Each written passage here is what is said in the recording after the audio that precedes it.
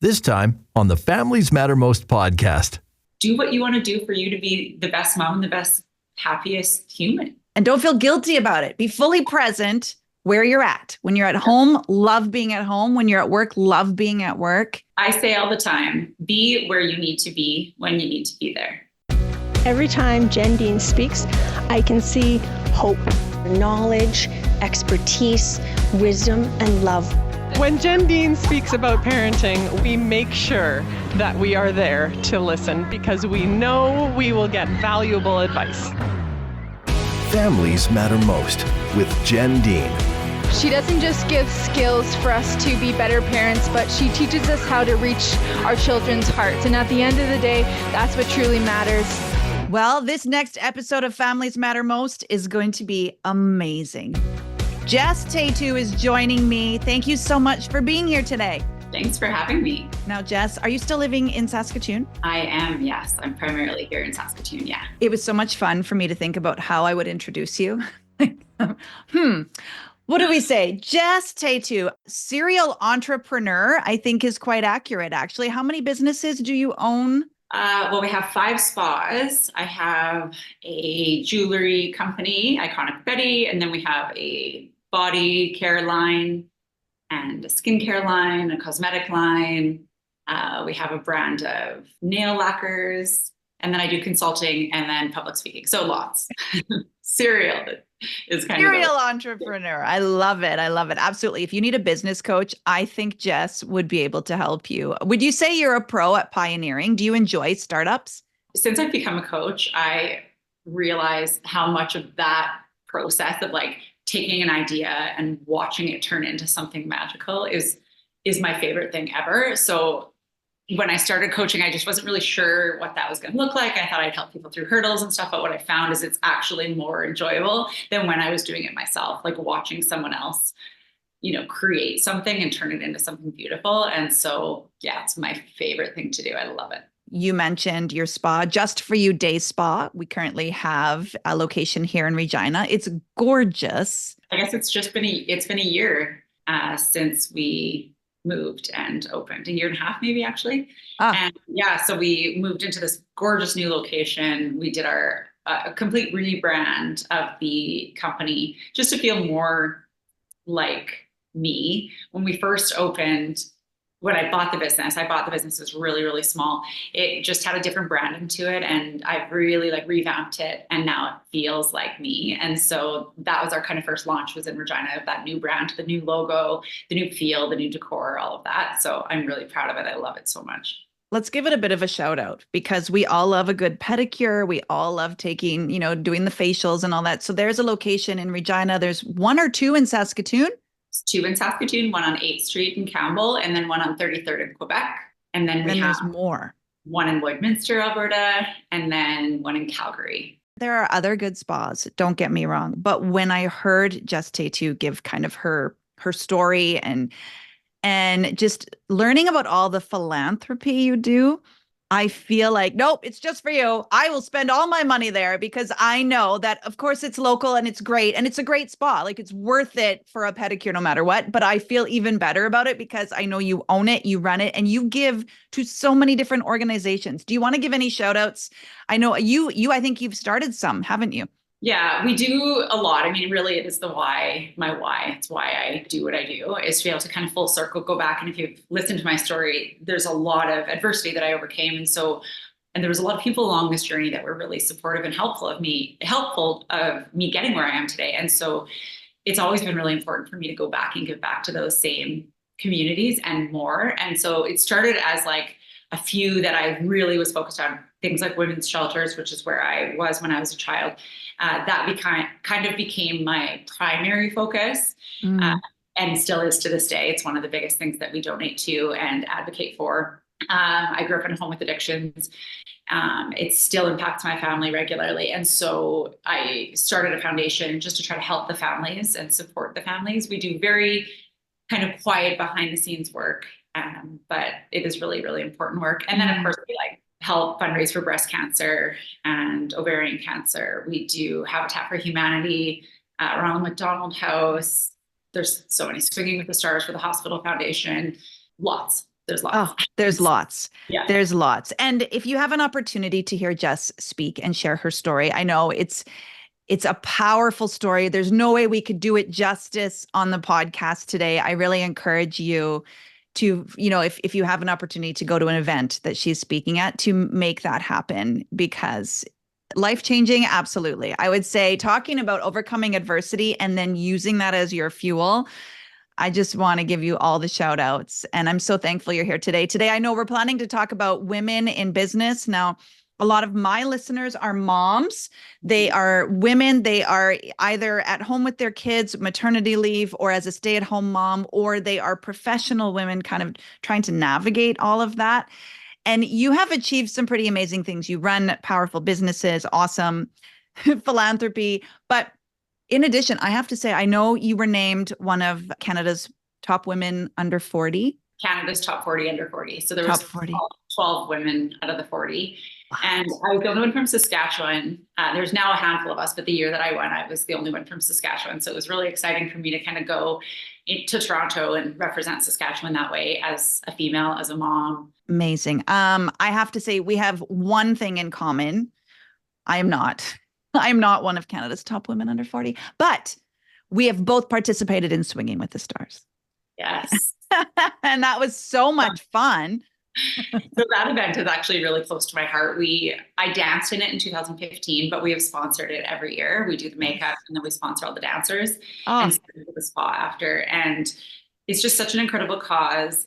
I've said from the beginning, it's one of the best events in Saskatchewan for sure. And now I'm seeing the little branches of it doing different charities and different things in different communities. I've seen North Battleford now has it, in Prince Albert, and there's some in BC, and they're it's kind of just becoming this Canadian version. And I think it's just incredible, the amount of money raised. It's so much work and so terrifying, but it was so fun. I would agree. Talking about overcoming my own personal limitations to be in that. Absolutely. Now, you focus a lot on achieving success through adversity.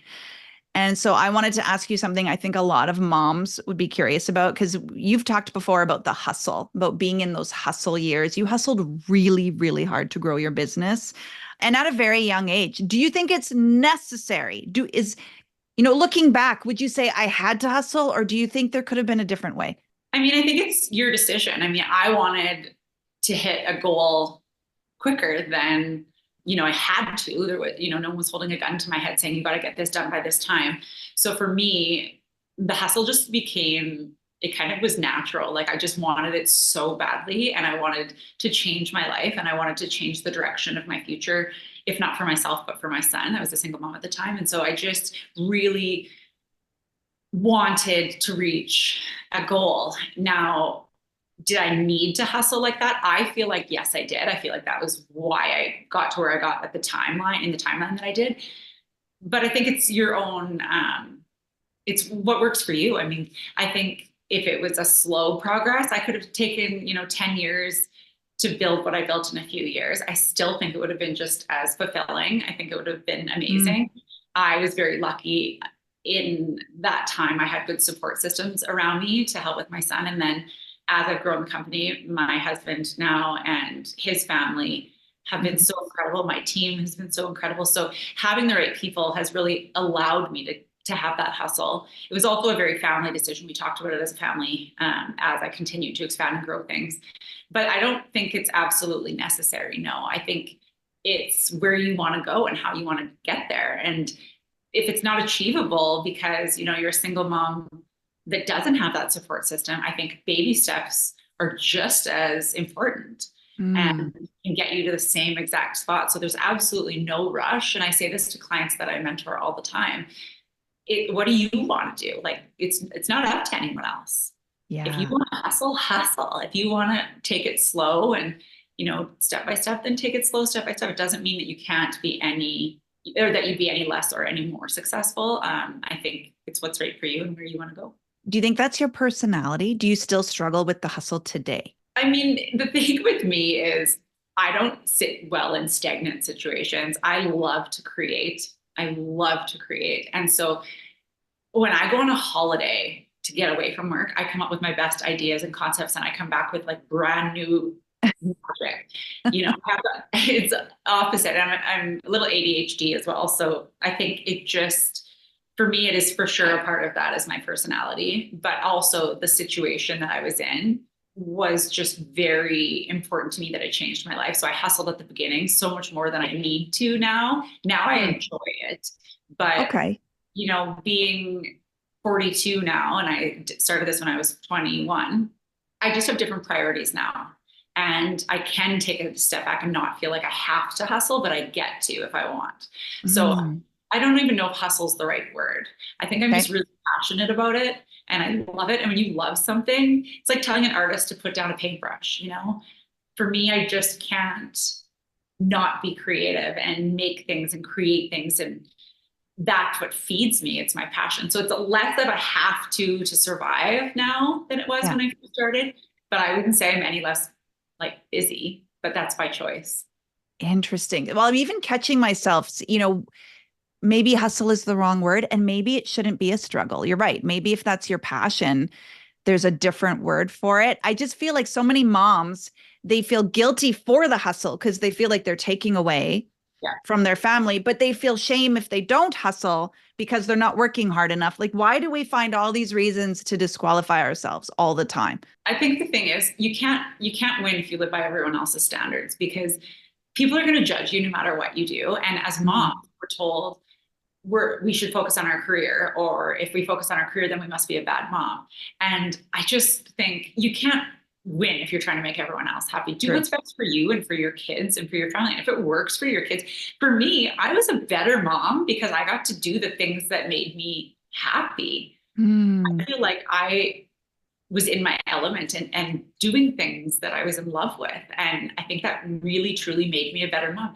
For when I was at home with little babies, I had a hard time. I went into a bit of a depression and I struggled with feeling like I'd lost my passion a little bit for outside of being a mom. Of course, I loved being a mom. I still love being a mom, even though my kids are older. It's just, I lost a bit of my identity by not being able to create. And so I was a better mom when I was able to do both.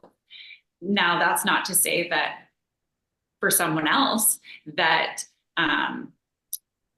that wouldn't be a different direction for them. Like for someone else, it might be like, you know what? No, I want to just like live and breathe in this moment with baby or with my kid, and all the power to them, because that's what's best for them. And you got to do what's best for you and for your family. And that's really, at the end of the day, all that matters. Why do we worry what anyone else thinks? The only people that count are your family. If your husband and your kids feel like you're away too much, then listen. But if they're on board with it, do what you want to do for you to be the best mom and the best, happiest human. Yes. And don't feel guilty about it. Be fully present where you're at. When you're at home, love being at home. When you're at work, love being at work. I say all the time, be where you need to be when you need to be there. There's no such thing as balance. It is be where you need to be when you need to be there. My kids need me sometimes, no question, that's where I am.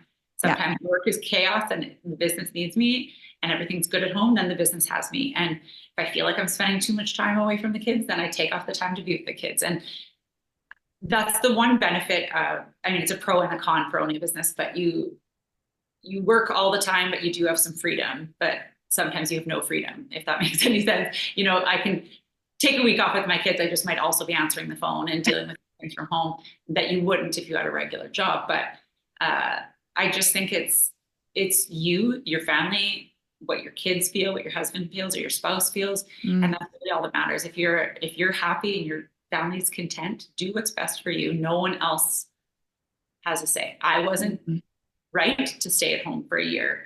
Right. I had to throw myself back in a little bit. Just that was what was best for me. I was a better mom because of it. And some people are polar opposite, and that's great. And that's okay. And it's okay. Now, did you have to do some work to come to that conclusion? Did you have to overcome any insecurities to settle that kind of in your own heart? Yes, for sure. So I remember actually very vividly kind of one experience that stands out a lot. So when I was opening my second location,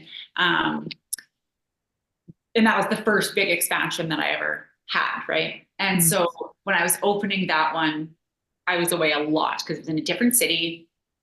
It was 3 times the size because I was like, if you're going to do it, let's go big. And so it was a little crazy. And I remember missing a lot of my son's hockey that year, to the point where some of the moms on that team like had mean like nicknames. They're like constantly made fun of me, constantly Really?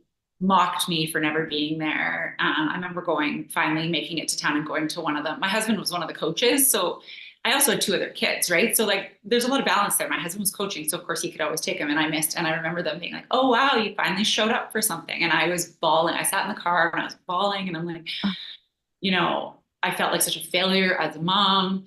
I felt like everybody was looking at me, and it really took some time for me to step back and go, my kid doesn't feel this way. I sat with him. He didn't feel that way. He recognized that, yeah, mom has to work, during the winter, and then in the summer she gets to be with me all summer. Because I kind of timed it so that I, not balance it, but I take the time off. But I remember sitting with that and thinking, they don't even know me. Do they think that this is fun for me, sleeping in a hotel and working 18-hour days, and that I'm, not doing something that is going to benefit my family? And it just felt so hurtful. And I had to wrap my brain around it. And then I realized, I heard them say the same types of things about moms that didn't work. And so you can't win. They're going to talk about you no matter what you do. And really the only people it mattered to were my kids. And if they didn't see that or feel that, then why am I worrying about what some stranger who doesn't even know me thinks about it? Yeah, who has an opinion. And tell me if I'm wrong, but I feel like probably those comments came from other women, which is so sad to me. Only other women. Oh, why do we do that to each other? Why? Women need to be kinder to one another. And I do try to always make an effort now when there is somebody like really like working hard and trying to get to games, and, and I would be very conscious of that at other things. Like, I'm at every dance event that my daughter has, and like some of the kids, get dropped off or whatever. And I'm always like, hey mom, I got pictures for you. I'll take them for you. I'll, help you out. I get it. You know what it feels like. You're trying to be in 20 places at once, and you're human. And I think there's just so much judgment that's so unnecessary.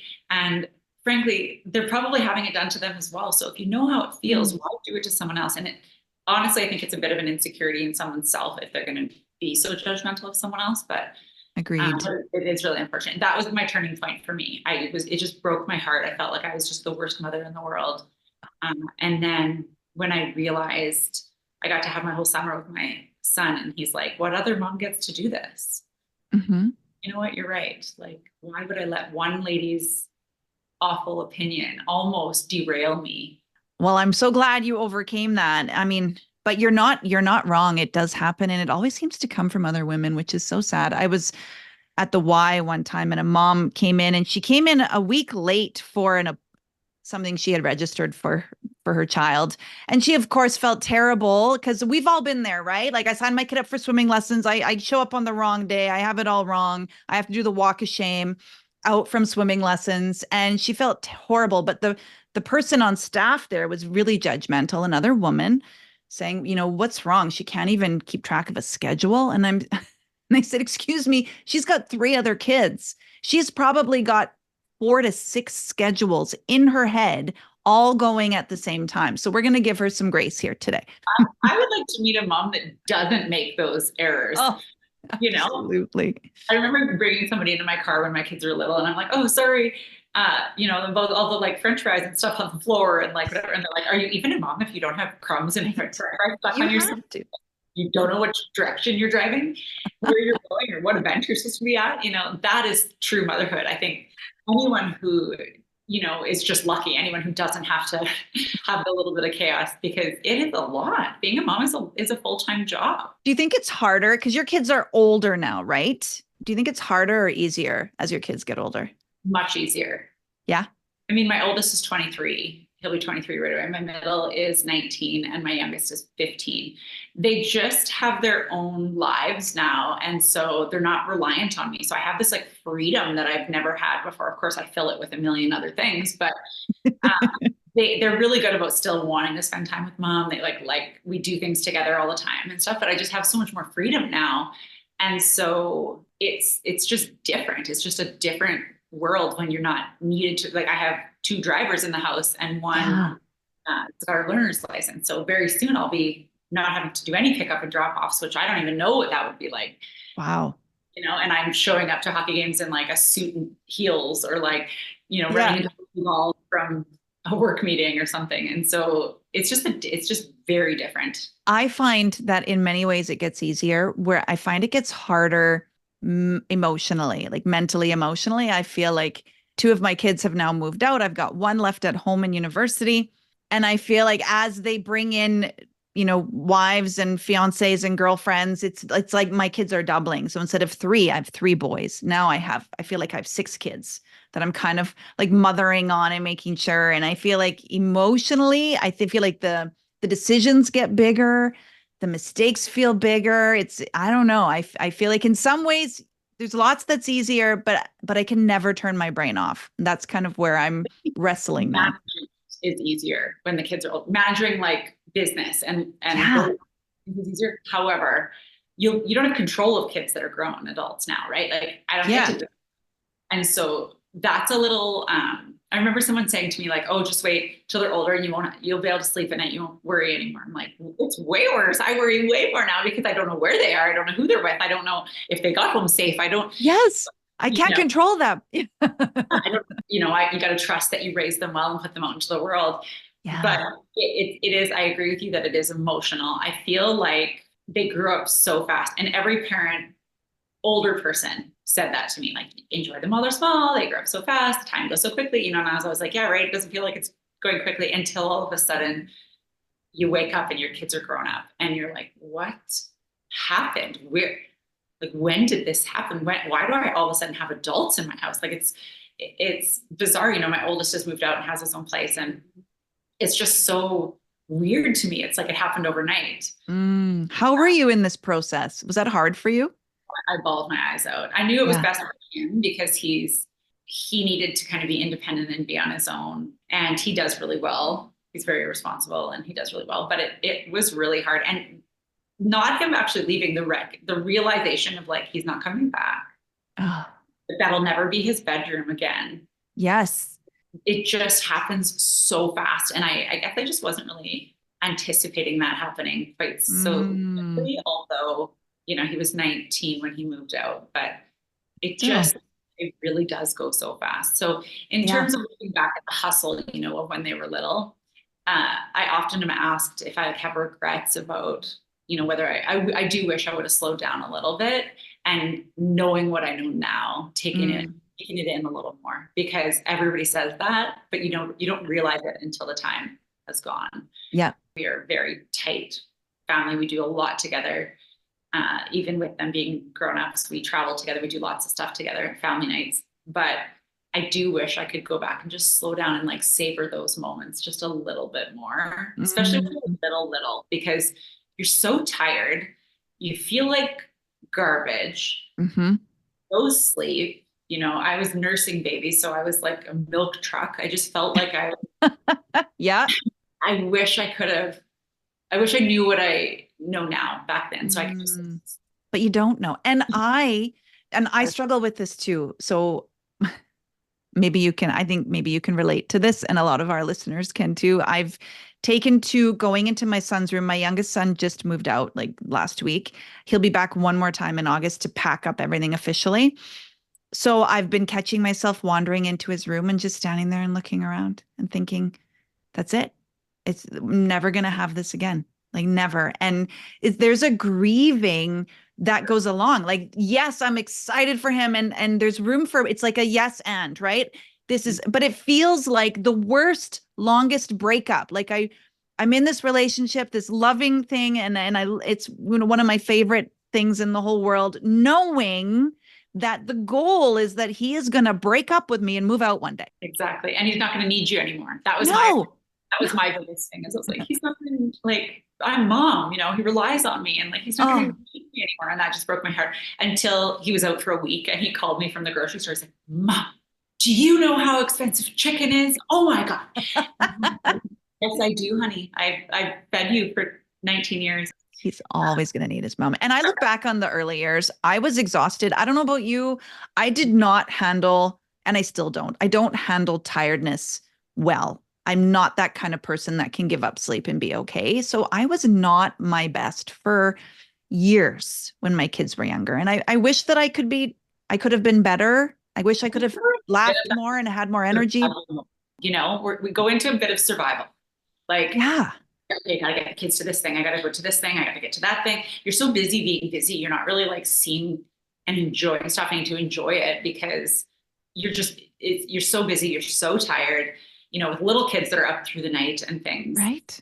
And you're exhausted. And it's like, you're always trying to play catch up. Right. And then when you do get any downtime, and I say downtime very lightly, but downtime, then it's like, well, the kids got sports, the kids got this, the kids got work, prep this going on. I got to drive them to there, you know, and we almost forget how to take care of ourselves a little bit. Mm-hmm. And then you get older and you go, oh, I wish I would have just like slowed down and enjoyed those moments with them when they were little, but you're so in survival mode almost. You can't slow down and enjoy it because if you stop, it's going to make right? Yeah. Someone's got to cook a meal. I got to brush my teeth at some point today. I just want to shower. I just want to shower. Right. So what would you say to the mom? And this is kind of my last question, because a lot of listeners, these are the questions that I get, is they love their kids. They love their family. They want to love where they're at, like we've been talking about, and enjoy where they're at right now. They also have a big dream in their heart, whether it's career or they want to start something or a nonprofit or write a book, or they have a big dream. So it's this tension of a big goal, a dream, but also wanting to stay present and enjoy where they're at. Do you do coaching around that? What would you say to that mom? I would say to that mom, do what you want to do. You get to decide. That's the beautiful thing about being in that situation, is that like no one else gets to decide that for you. You get to decide what this life looks like for you and for your kids and for your future. If you want to do both, do both. If you want to, you know, be at home with baby for, you know, a year or two and then start your startup, do that. It's got to be what works for you and for your family. If financially you're not in a position where you can stay at home and take the year off, because I get that like sometimes it's not quite the option, right? It's what you have to do.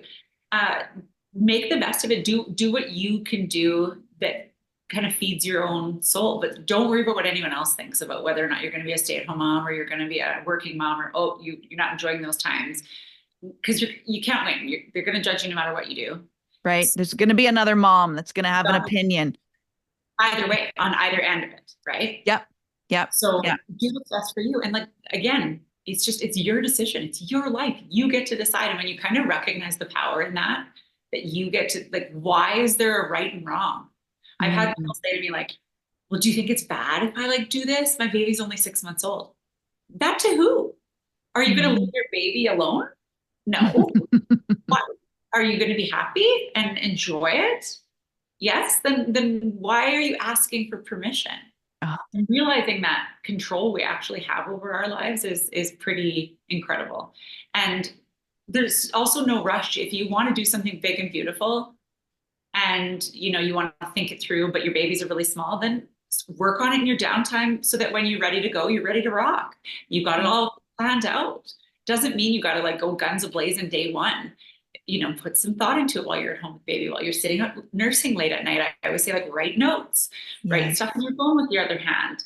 It's nap time and you're like, okay, I finally got an hour to myself. Okay, well, sit down and like write these ideas out, because they're not going to be like little like that forever. You're going to get more freedom.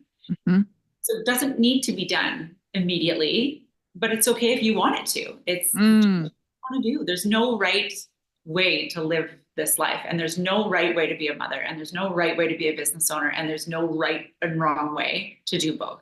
This is so great. So Jess and I give you permission to create the life you want. Do it at your own pace. Decide if you want to sprint or you want to just find, you know, something that's sustainable. I love it. And what I'm hearing from Jess is there's hope. There's hope for everybody that has a dream in their heart. You can do it in your free time. You can take time. You can make it more of a priority, and that's all fine. Just do it. If you want to do it, go do it. What's holding you back? Just try. Well, next time, I know we don't have time and now I'd love to know about your failures. I'd love to know about all the things that didn't work because there's always such powerful stories behind that. Hey. Absolutely. More failures than there are wins. You just don't share all the failures as highlights on your social media so people don't see those things, right? Oh, but I bet you that's where you've learned the most. I've failed hundreds more times than I've succeeded. That's what it takes to succeed, though. Lots of falling down. So chew on that. Thank you so much for joining me today, Jess. I know you're super busy doing all the things. We are cheering you on, and we are all going to book our pedicures at Just For You Day Spa. Thank you. Thank you for the support. Thanks for listening to the Families Matter Most podcast with Jen Dean, part of the Saskatchewan Podcast Network. If you are interested in contacting Jen for one-on-one parent coaching, for speaking engagements, or just to get a little more information, please visit our website, familiesmattermost.com.